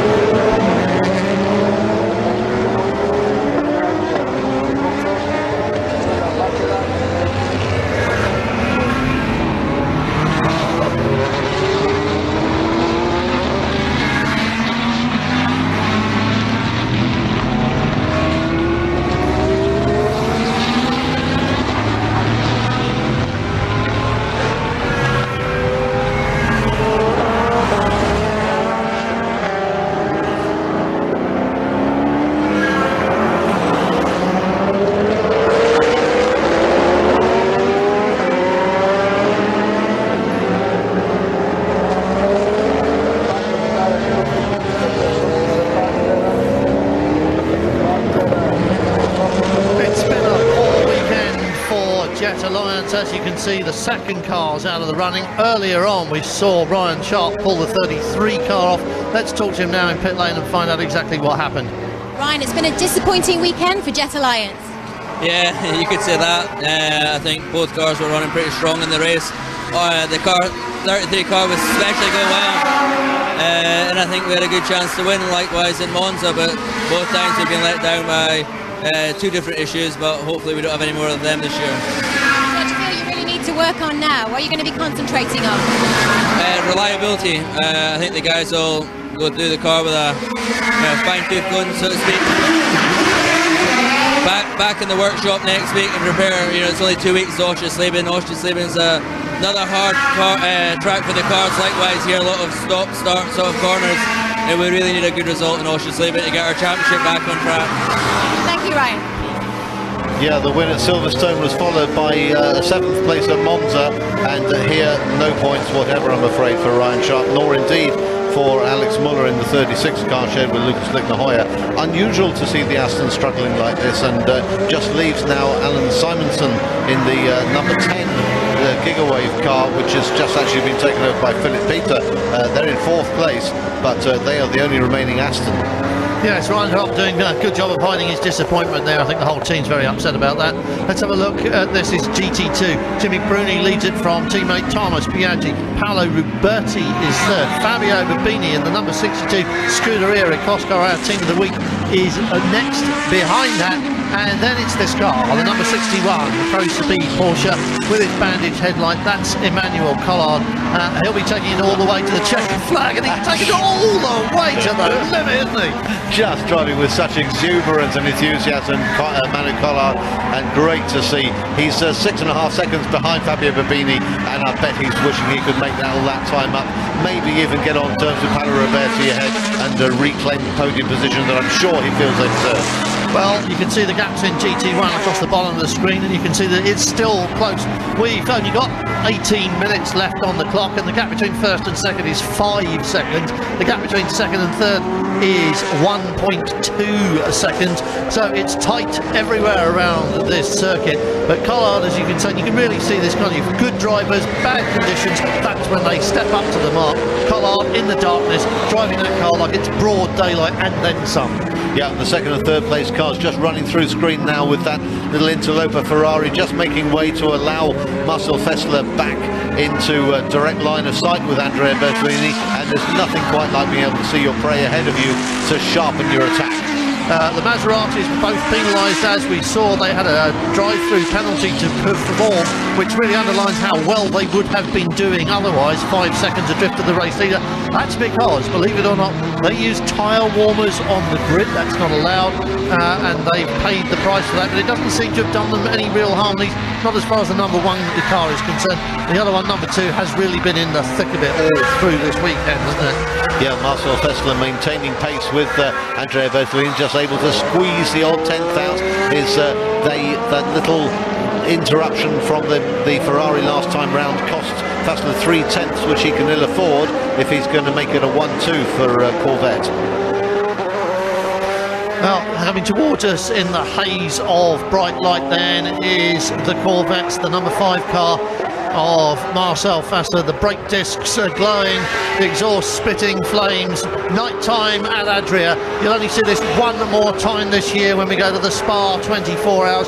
As we said, it really puts a premium on driver skills, and in darkness when driving is difficult, when visibility is poor, you will see the top drivers rise to the top. Absolutely, and the speed of the cars does not diminish one jot just because it's gone dark out there. They don't slow down for this, and again we can have a look at a relaxing Corvette driver, that time Jean-Denis Delatraz, as he watches Marcel Fessler taking the 5 car round in hot pursuit of Andrea Bertolini.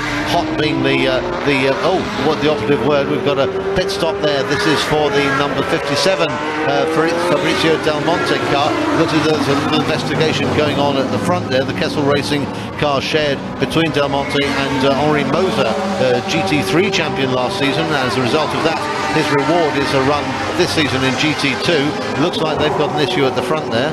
Going smoothly, is it? They were 8th in GT2, but they're going to drop a couple of places. There are, in fact, only a couple more places they can go down. But this is not according to the script as far as they're concerned. Looks all right now, though. Yeah, Marcel Fessler in the meantime has grabbed a couple of tenths back in his pursuit of Andrea Bertolini as the Ferrari rejoins right in the path of, oh my goodness, how close is that? Right in the path of another Corvette. Couldn't quite identify which one that was from that angle.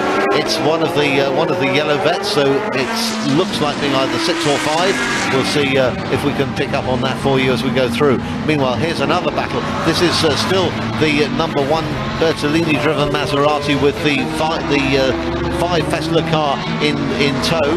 Absolutely, and the proximity of those two means the other car must have been the race leader. That's Mike Hazeman in the number 6 car, who is now about 5 seconds ahead of this little scrap. You just saw him disappearing into turn 1 at the end of the front straight there. Hard to pick them out when the lights are blazing straight into the barrel of the camera like that. It's much easier when you get the back shot. And there's our sole surviving Aston Martin. Where's that in the scheme of things? 7th for Philip Peter. All its pit stops made, and there's one car in front of him that owes us a pit stop, so he's going to go up to 6th, but struggling with that 40 kilos, I think, and look, struggling to stay with the GT2 car in these tight turns. That really highlights just how much heavier the Aston Martin is. And it was that car, I think, that cost Andrea Bertolini the little bit of lead he had over Marcel Fessler, who scraped back nearly a full second on the Maserati last time round, and is now nailed to the bumper of that Maserati. If he can find a way past to make a team 1-2, he will be one happy camper. Well, we have got 14 minutes left on the race timer, and we have got a race on our hands. As you say, Graham, Marcel Fessler is absolutely nailed to the back end of that. He's tucked under the rear wing of the Maserati. He's looking for an opportunity. What he's really hoping for is another GT2 car to give him a helping hand. Yes, and that's the sort of thing that you have to be able to capitalise on. Marcel Fessler is a hugely experienced driver, very rapid man indeed. His Le Mans ended with a huge high-speed accident. He wants to get to bounce right back, get himself back up on the podium. He's looking down the inside again into turn 1. No way through there. Very defensive line taken by Bertolini, as he's purely entitled to do. It's up to the pursuing man to find his way past. And this is the second good opportunity on this circuit. This is the other straight where they will hit 130 miles an hour. About here, now they're on the brakes. And he's still got through, but he is going to do it any moment now. Down in the pit lane, we'll find out the reaction to all that's going on from his teammate Jean-Denis Delatrez. He's with Haley now, and of course watching this with bated breath, dare we say. It's certainly been a close race, but we're near to the end. How do you feel about the rest of the race? Well, our race was so good, but we lost about 5 seconds in the last pit stop because of the vent problem, and now we are fighting really hard with the Maserati. We hope that we are able to finish second. It's a good battle with the Corvettes out there. How do you feel your final finish is going to be? I think we can finish 1 and 2 on the team because the car is really strong and the rabbit is nice normally. Thank you. I wasn't going to tempt Providence with that one, but a 1-2 finish for the GMAC Corvettes would be quite a useful thing for them and interesting for the championship at this 3rd round, wouldn't it? Yes, absolutely. It's been the number 3 Corvette that's done the share of the leading and winning so far, Christophe Bouchou's SRT car, but if we could get Phoenix Racing up there, it'll liven up not only the Drivers' Championship but the teams as well. Well, the gap, you can see it on the bottom of the screen there between the 1st, 2nd and 3rd cars. 9 seconds 1st to 2nd, 0.7 last time they went round, and now being measured in the sectors because we have 3 sectors, 3 lots of timing. We can chart their progress around this lap. There's not much time because it is such a short lap, but at the moment it does seem as though Marcel Fessler settled down for a moment. That's one of the cars that owed us a pit stop. That will bump the number 10 Aston Martin up 1 place. Yep, there's Ben Alcott having done a long middle stint there, handing back to Alain Ferté to take the car to the finish. Just the last 12 minutes to run, and a further warning for Christophe Bouchou in the number 3 car about crossing the line. He's not in any position to catch or pass Marcel Fessler, who is the car ahead of him, so Christophe needs just to be careful that he doesn't get dragged into an unnecessary fight, although his fight is to stay ahead of Greg Franchi in the number 7 Celine. He's just 4 seconds behind, and you can see for yourself how dark it is. I'm sure as they come round the bottom of your screen here and move to your right, their left, that's the exit of turn 1 coming up now. This is where they're getting into trouble here, but I'm sure that Christophe Bouchou will say, couldn't see it in the dark, sir. honest, couldn't see Your Honour. I think ignorance is no defence in that case. They've been round here often enough in the daylight. They know where the lines are, but they will seek to take advantage wherever they can. Here's an advantage that could go slow-moving Porsche. It's going to be it's the 60 car, I think. Can't see in the glare of the headlights. Look for the mirrors. Yeah, it's the number 60 car. Yes. It is Marcus Paltala. It clearly wasn't the 61 car whose two headlights don't match now they've done the repair. So Michael Forsten was in the car. Marcus Paltala took it over at the last stop, and they have come to an end, which is unusual for Porsche. Meanwhile, the battles carry on out on track, and Marcel Fessler's gap to Bertolini has gone out to over a second. So Bertolini's really got the hurry up. Well, 9 seconds between first and second. He's looking, dare we say it, with 10 minutes on the clock, fairly comfy for the number 6 Corvette, Mike Hazeman, who's been without a win for a while. That'll cheer him up, won't it?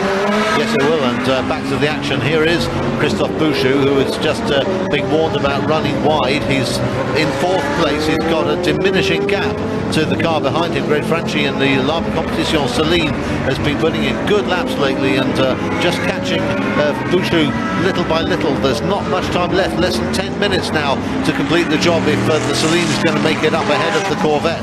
Just bouncing off the curbs there, taking every bit of inch he can to shorten the track, liven things up in that battle for 4th and 5th place.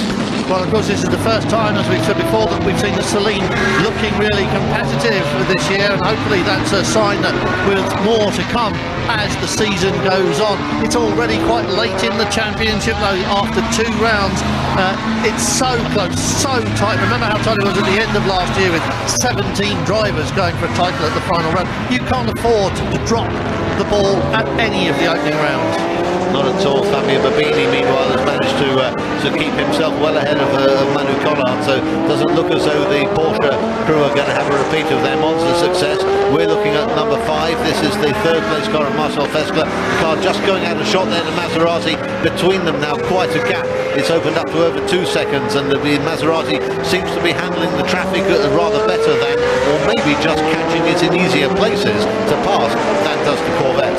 Absolutely. Luck can play an enormous part in how well you get on in traffic. If you are lucky, you arrive at exactly the right moment to whip past a slower GT2 car, and if you're unlucky, you have to wait your turn. And those poor brakes mercilessly being hammered into every corner. They've only got to last a few more laps now. We've covered 88 already around this tight, twisty Adria circuit. There'll be a handful more to go in the 8 minutes that remain.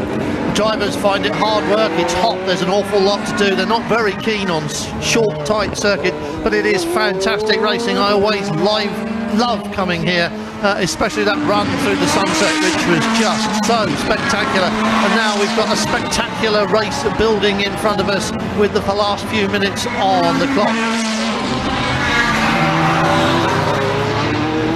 Hazeman, Bertolini, Fassler, Bruni, Biaggi, Roberti. That's 1st, 2nd and 3rd in GT1 and GT2, and it isn't over yet, is it? No, there's still time to go. We've got another battle out on the screen here. This is the 12th car getting in the midst of it all. Wolfgang Kaufmann, the only car running in the Citation Cup this weekend anyway. We had a good turnout at Monza, but fewer here at Adria, and they are making their way round in the 550 Maranello. It is ahead of them. That's Juan Maria Lopez from Argentina. Remember, our last race this year is at the brand new Circuit San Luis in Argentina, and we're looking forward to going down there. Huge interest in the series from the Argentines. Huge interest in this race from us up here in the commentary position above this very short and compact circuit. There's that Celine we were talking about showing up well, giving Christophe Bouchou a very hard time now. As you can see, Greg Funke has closed right up behind the black and white Corvette. He's looking for a way past, and he's looking for 4th place. Bouchou is too far away to even think about 3rd place, and as you say, it's spreading out between 1st, 2nd and 3rd in GT1. Yeah, just selecting not to take the tyres in that stop may be what's causing Christophe Bouchou the difficulty. The gap to Greg Franchi way down now below a second, 2/10 as we look at the the BMS Scuderia car coming through picture. That's the number 78. This, the car that actually finished in the second place at the recent Le Mans 24 Hours, the very same chassis. And it's going to be third here if they stay in place. Christophe Bouchou, though, very easy man to catch up with, but not an easy man to pass. No, not at all. He's a tough man, Christophe Bouchou, and it'll only be if his car won't stay stuck to the track under him that he's going to give way to Greg Franchi. But good to see the Celine getting up there amongst the top fighters. Marcel Fessler seems to have done his very best, doesn't seem able to do that. It's Paolo Roberti in second place now, just a second and a half behind Thomas Biaggi, who's second in class. So it looks like it's going to be another formation finish here for AF Corsa. This is Italy, we're not too far from their home. That will be exactly what the championship doctor ordered for them.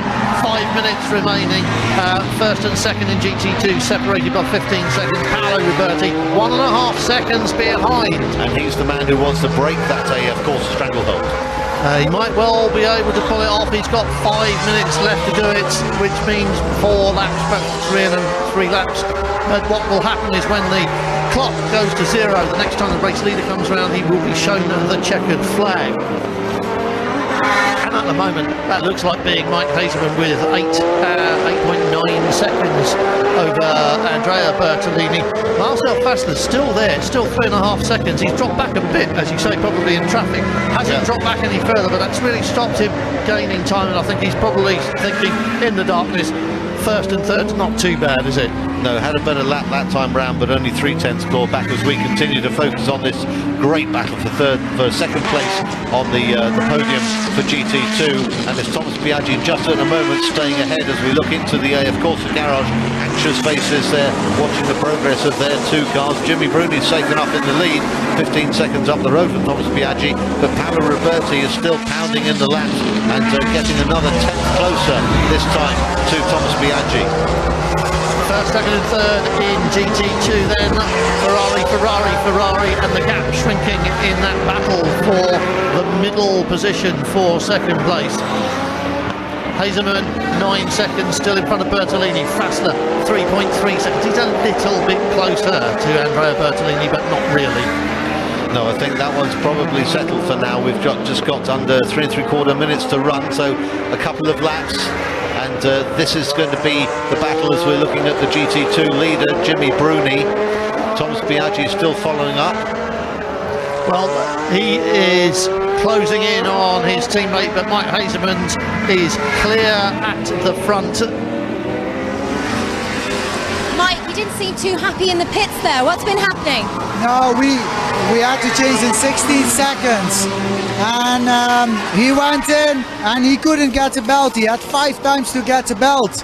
And we tried so many times, and after he got the belt done, because they already changed the tires, he couldn't get the steering on. So we lost like 7-8 seconds. And normally if the others wouldn't have a problem, we would have been third. So now we are lucky. But yeah, that's why I was sick. So hopefully a lucky finish. Thank you. Mike Hazelman always cheerful, but Gigawave might not be. Our timing screen says that car 10 may be on fire, so we'll go looking for that because that will be an interesting thing this late in the race. We've got 2.5 minutes on the race timer, and there is the race leader, 10 seconds to the good over Andrea Bertolini. Marcel Fassler's now 2.3 seconds away. He's been closing the gap, but he isn't going to do it in 2.5 minutes. Bruni, Biaggi, Roberti, the gap between Roberti and Biaggi is 1.5. I think that one's settled as well. Just goes to show that the chase is never given up until the race is over and the checkered flag falls. It was a slow lap from Bertolini and a quicker one from Fessler that contributed to that. So if that happens again, and it may just all be down to traffic, then there's no reason why Fessler couldn't be right up on the tail for a real grandstand finish on the final lap. Well, we are 2 minutes away from a checkered flag. There is not much time for anything to change, but as you say, Graham, it's such a short, tight circuit, and the race leader just coming out onto the front straight about now. So will be, what, 2 laps, I think, before the end of the race. That's the Gigawave team looking at our screen because they just got a glimpse of their car in the picture. I can't see a fire on there anywhere. No, there's, it's on the left front, probably just an overheated brake component. It is on fire. Caught fire underneath there. Well, you can't help thinking that Philip Peter can make that last another minute and a half. I think that we are going to get another lap out of this because the race leader's already well into this lap. I think we may well be on our penultimate lap here, so he's got to make 2 circuits around Adria, and it's fine now, isn't it?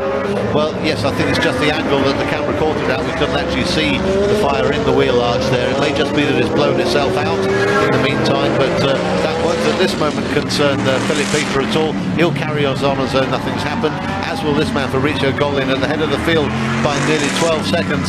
The gap from Tesla up to Bertolini is down, reduced again, but only again by a couple of tenths. Richard, he's shaving bits off, but it's not going to be enough to make the catch and pass. No, it's not, and I'm sure that Fabrizio Golin is going to ride on the front straight with seconds remaining on the timer. He will have to do one more lap, and I think that the brake dust, I'm sure it was on fire in that wheel arch of the number 10 car, has gone out now. There you go, he's off on his final lap now.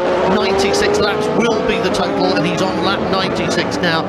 Bertolini third, Fassler is third, Bouchou, and this is really important for the championship for Christophe Bouchou to hang on to that 4th place from Greg Frankie, who's just 0.2 of a second behind him.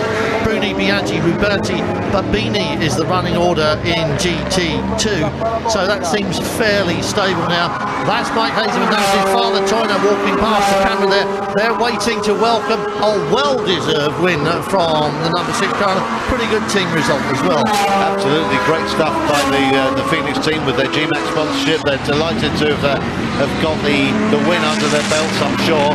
Here is the leading car just coming through the last few turns onto the start-finish straight to make that dream come true for them. Mike Hazeman will be delighted to see his 3rd place for Marcel Fessler as well. They'd have loved the 1-2, couldn't quite happen, but 1 and 3 I'm sure will do for them.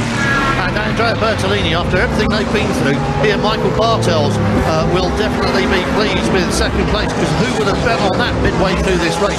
Who would have bet on the Corvettes being 1st and 3rd? But there it is, checkered flag for Fabrizio Golin. Hazeman on the wall there, waving him across. Don't get down, Michael, there's one more car to come. We're waiting for the number 1 Maserati, and then it'll be the number 5 car of Marcel Fassler, Jean-Denis Delatraz, and we'll then look for our GT2 winner, and that's going to be Jimmy Bruni. He's had quite a week, hasn't he? He has had a week. He's scooped the top step of the podium at Le Mans, and now he's come to Adria, a diametrically different circuit, and he's repeated the dose, and back on the top step again for AF Corsa. Well, they seem very happy at Phoenix Racing. They've worked long and hard, and it's been a long time since they stepped up to the top of the podium. Never mind, had 2 cars on the podium at the end of the day. And where is Jimmy Bruni now? Be nice to see the GT2 winner go across the line. As you say, he's had a checkered flag just a week ago.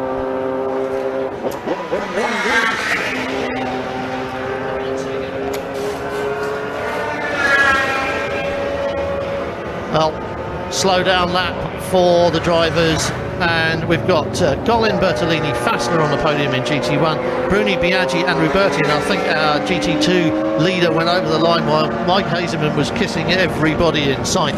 So we'll let them complete their warm-up lap. We'll try and catch up with the drivers after that.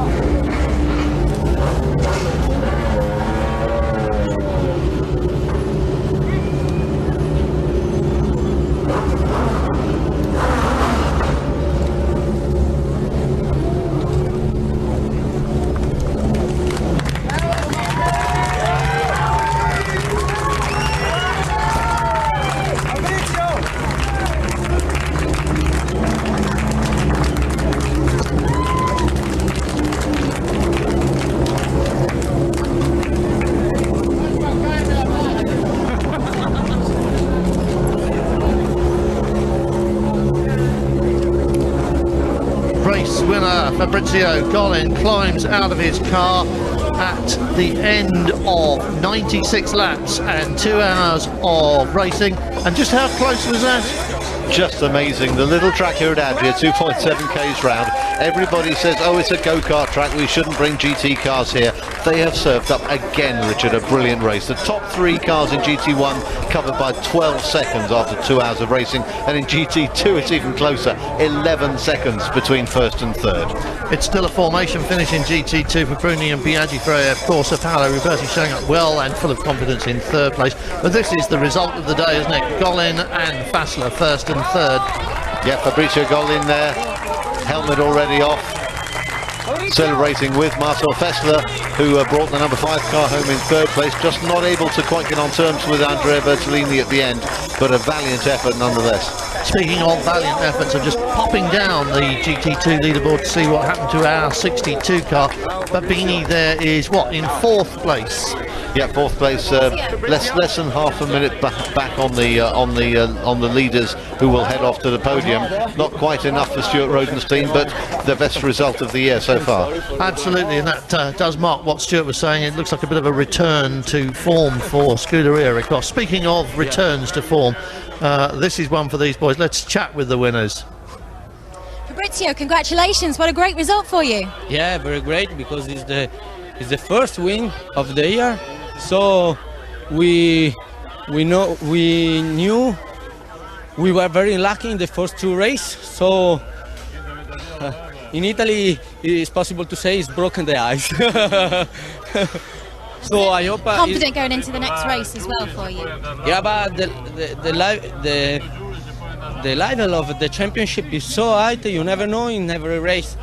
In the free practice, for example, in the qualifying, our car, we didn't have had problems in the traction, so we fought for the race, and in fact we found a very good setup for the race, and we start in 4th position. In Adria it's very difficult to overtake, but in the race you never know. We pushed a lot. Mike did a very great job, so together we did a very great job, and we won. So there'll be more to come in Oschersleben.